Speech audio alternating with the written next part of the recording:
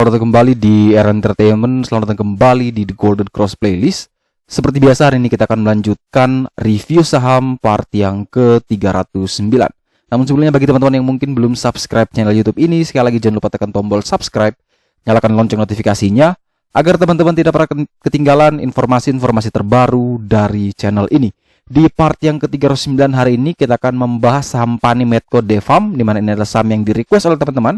Dan saya memberikan 3 saham yang dekat dengan PBL, yaitu Wood, PBRX, dan saham LPPF. Kita langsung saham pertama, PT Pratama Abadi Nusa Industri dengan kode emiten PANI. Ditutup auto reject bawah ya, opening langsung ARB setelah mengalami kenaikan kurang lebih 3 kali berturut-turut. Dan hari ini merupakan auto reject bawah yang kedua sepertinya. Dan turnovernya itu cuma 18,12 juta, sedikit sekali. Artinya tadi yang bisa lolos itu cuma 888 lot yang bisa terlepas ya. 888 lembar. Jadi hanya sekitar segitu yang bisa berhasil menjual di harga ARB di 204. Pertanyaannya, apakah saham Pani masih aman atau tidak? Jawabannya adalah ini masih sangat jauh dari level PBH, yang mana itu adalah level support di 148. Jadi kalau misalkan teman-teman yang mau menunggu, ya coba lagi. Kalau memang dia bisa ke 148 sampai 150, ya bisa dipertimbangkan. Tapi kalau selama dia masih berada di level sini, ini rawan sekali teman-teman. Hati-hati, jangan sampai teman-teman itu cuci piring ya. Jangan sampai teman-teman itu hanya mendapatkan sisa-sisa, bahkan tidak dapat sama sekali, dan akhirnya nyangkut parah semua. Ketika sudah nyangkut parah, tidak mau cut loss, kemudian dia tambah ARB lagi sampai 148, bahkan sampai ke 125, tambah pusing. Nah, sebenarnya itulah sebuah kesalahan kita ya, terlalu FOMO, takut ketinggalan kereta. Akhirnya kita mengejar semua saham yang sudah naik tinggi, dan akhirnya apa?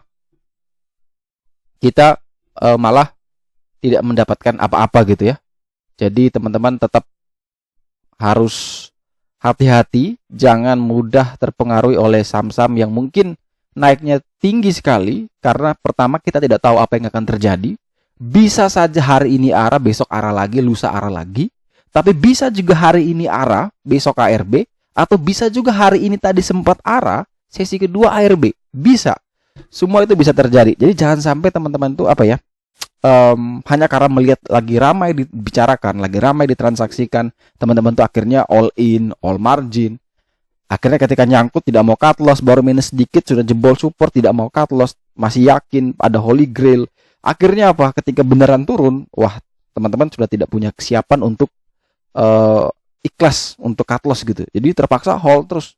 Nah, ketika sudah pakai margin, minusnya dalam, pasti tambah pusing, mental tambah down, dan akhirnya apa? Trading teman-teman akan rusak. Jadi oleh sebab itu, kalau misalkan kasusnya kayak saham ini, ya kalau teman-teman yang mau mencoba, ya lebih saya rekomendasikan mending dia sudah, istilahnya apa ya, dia ARB selesai, setelah ARB, kemudian setelah di ARB lagi, kemudian ada membentuk yang namanya lower shadow, ya bisa membentuk doji, itu bagus. Itu artinya penurunannya sudah mulai ada perlawanan dari buyer. Itu mungkin baru bisa dipertimbangkan. Tapi kalau misalkan dia masih ARB terus tanpa ada perlawanan, ya jangan dulu masuk ya. Itu sangat-sangat beresiko. Emiten selanjutnya kita punya saham Medco Energi Internasional atau dengan kode emiten Medco, ditutup minus 0,93% di harga 535. Dimana kalau kita perhatikan broker summary, menurut saya pribadi broker summary-nya sudah mulai menarik. Walaupun kalau secara teknikal dia masih belum menarik ya. Kalau teknikal menggunakan The Golden Cross, memang dia sudah berada di kategori low risk. Akan tetapi harga saat ini 535 itu masih belum bisa melewati angka PBL yang mana saat ini menjadi resisten paling kuat untuk Medco. Jadi kalau misalkan teman-teman yang ingin membeli Medco, maka pastikan dulu dia bisa melewati dari 560, baru teman-teman bisa pertimbangkan untuk masuk. Kalau tidak mampu melewati 560, jangan dulu entry, kita wait and see terlebih dahulu sampai kita menunggu ada support baru lagi atau ada adjustment PBL di harga yang lebih rendah. Akan tetapi kalau misalkan ternyata dia bisa melewati 560, silakan pertimbangkan buy 560 sampai dengan 570. Target kenaikan adalah menuju ke 650 sampai dengan 760. dan batasi cut loss kurang lebih di 5.30 sampai dengan 5.40.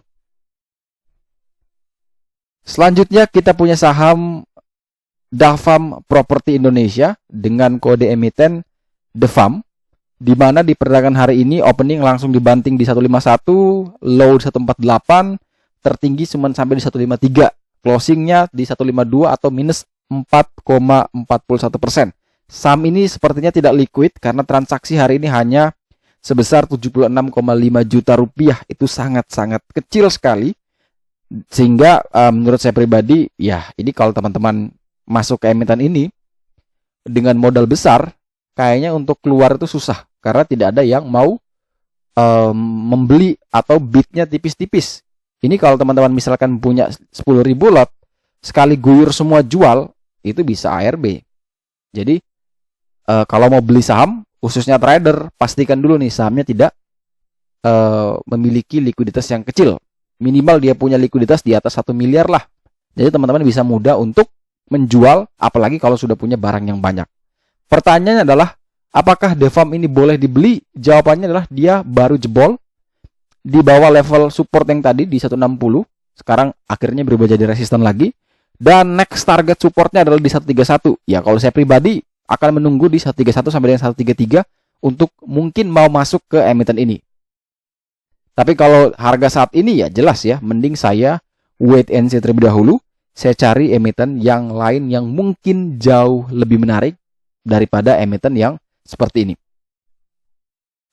Selanjutnya kita punya 3 saham yang saya pilih dari aplikasi The Golden Cross yang dekat dengan PBL, di mana salah satunya adalah PT Integra Indo Kabinet dengan kode emiten Wood, di mana hari ini ditutup naik 6,67% di harga 720 dan kenaikannya luar biasa.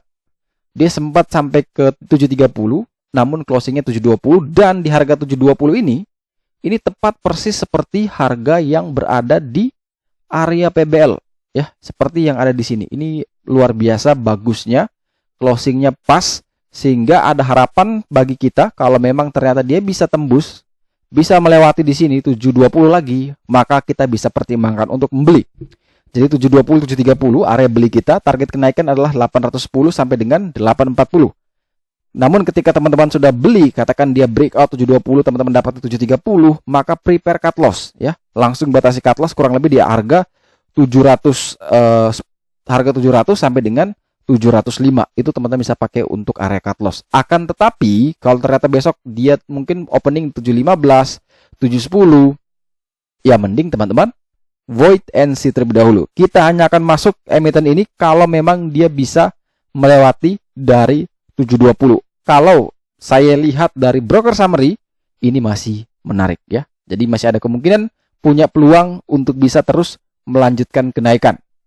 Tapi kalau misalkan pagi-pagi open gap up, teman-teman tidak bisa dapat di area range buy tadi, ya mending teman-teman harus bisa jaga emosi itu ya.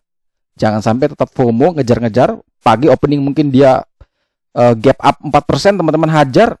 Ya, ternyata dia turun lagi, kan nyesel ya. Jadi mending sabar aja. Kalau memang tidak dapat, ya bukan rezeki. Masih banyak emiten lain yang bisa kita cari yang mungkin juga dekat dengan support dan menawarkan reward yang lebih baik. Selanjutnya, kita ada saham Pan Brothers Tbk dengan kode emiten PBRX, di mana saham ini ditutup naik 2,52% di harga 122, di mana closingnya begitu luar biasa. Kalau saya pribadi sih suka sekali di harga penutupan, berhasil closing di atas 1 tick persis di PBL-nya. Ini menarik menurut saya, dan semoga bisa terus melanjutkan kenaikan, karena memang ini sudah, kalau pribadi sih memang bagus sekali. Kalau lihat broker summary juga, saya lihat ini bagus juga. Semoga kalau memang dia bisa kuat dan bertahan di atas atau sama dengan 121, maka ada peluang besar dia akan menuju ke 142 dan dia akan menuju ke 158. Jadi kalau misalkan teman-teman yang ingin membeli, pertama pastikan dulu dia bisa kuat dan bertahan di atas atau sama dengan 121. Area beli teman-teman bisa pakai di 121 sampai dengan 124. Ya, ini bisa teman-teman pakai. Batasi cut loss kurang lebih di berapa? Teman-teman bisa pakai di 118 sampai dengan 119. Atau teman-teman bisa atur sendiri sesuai dengan preferensi resikonya. Target kenaikan adalah menuju ke 142 ya. Ini sebagai TP1 atau TP2 teman-teman bisa pakai di 158. Jadi kalau memang dia masih bisa bermain di 121 sampai dengan 124, buy. Jebol di bawah itu cut loss, prepare cut loss-nya. Kalau bisa kuat dan bertahan ini punya potensi bisa terus melanjutkan kenaikan karena risk reward-nya sangat menarik sekali. Broker summary-nya juga bagus ya. Semoga teman-teman ini bisa dapatkan jackpot di PBRX. Dan kita punya saham terakhir yang akan kita review di part yang ke-309 kali ini adalah saham Matahari Department Store dengan kode emiten adalah LPPF, di mana setelah dia mengalami kenaikan, kemudian dibanting habis, merah terus, akhirnya hari ini bisa merasakan hijau walaupun tidak terlalu naik banyak ya.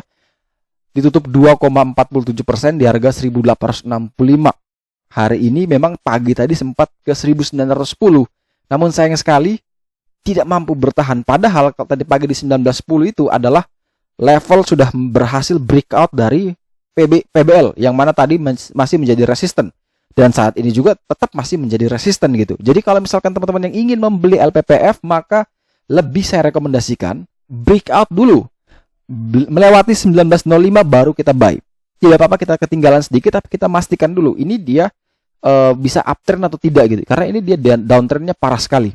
Jadi kalau memang dia bisa melewati dari 1905, silakan kita bisa pertimbangkan buy 1905 sampai dengan 1915. Batasi cut loss kurang lebih di 1870, 1880. Target kenaikan kita adalah menuju ke 1970 sampai dengan 2750. Tapi kalau misalkan dia tidak mampu melewati dari 1905, ya mending kita wait and see terlebih dahulu. Kalau lihat dari broker summary, ini banyak sekali tukang copet ya kalau saya pribadi. Hati-hati, jangan sampai terjebak.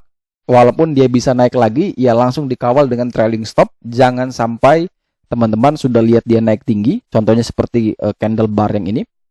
Ini sudah naik tinggi, namun akhirnya apa? Closingnya dibalik lagi ke harga opening. Jangan sampai cuman hanya melihat floatingnya saja, tidak lupa untuk taking profit. Jadi kalau merasa sudah cukup dapat 5%, 6% sudahlah. Teman-teman bisa taking profit. Atau kalau merasa bahwa wah saya kan maunya cuan maksimal, ya sudah teman-teman pakai yang namanya trailing stop ya, di adjust terus trailing stopnya sampai ke titik paling maksimal. Jadi jangan sampai teman-teman percuma cuman floating profit tapi hanya bisa dilihat, habis di screenshot, di update di sosial media, update Instagram, update di WA, lumayan cuan sekian persen. Habis balik lihat porto lagi, malah minus. Karena apa? Sudah jatuh lagi. Jangan sampai seperti itu ya. Jual dulu baru screenshot, baru upload gitu. Jangan kebalik, jangan sampai sudah pamer banyak-banyak, tahu-taunya portonya rugi. Karena lihat sendiri, kita belajar dari history chart ini, bahwa ketika dia naik tinggi, pasti selalu membentuk yang namanya upper shadow. Ya, pasti dia turun lagi nih. Hati-hati. Jadi jangan sampai kalau sudah naik tinggi, teman-teman biarkan aja ternyata dibanting. Hati-hati. Karena dari sekian banyak ini, hanya satu saja yang benar nih. Beneran dia naik dan full body. Ya, bullish, engulfing, maka besok bisa lanjut. Tapi kalau kasusnya kayak gini, waduh repot nih. Katakan dia naik, kita beli di sini, wah lumayan di sini cuan. Ternyata turun lagi, loss. Hati-hati.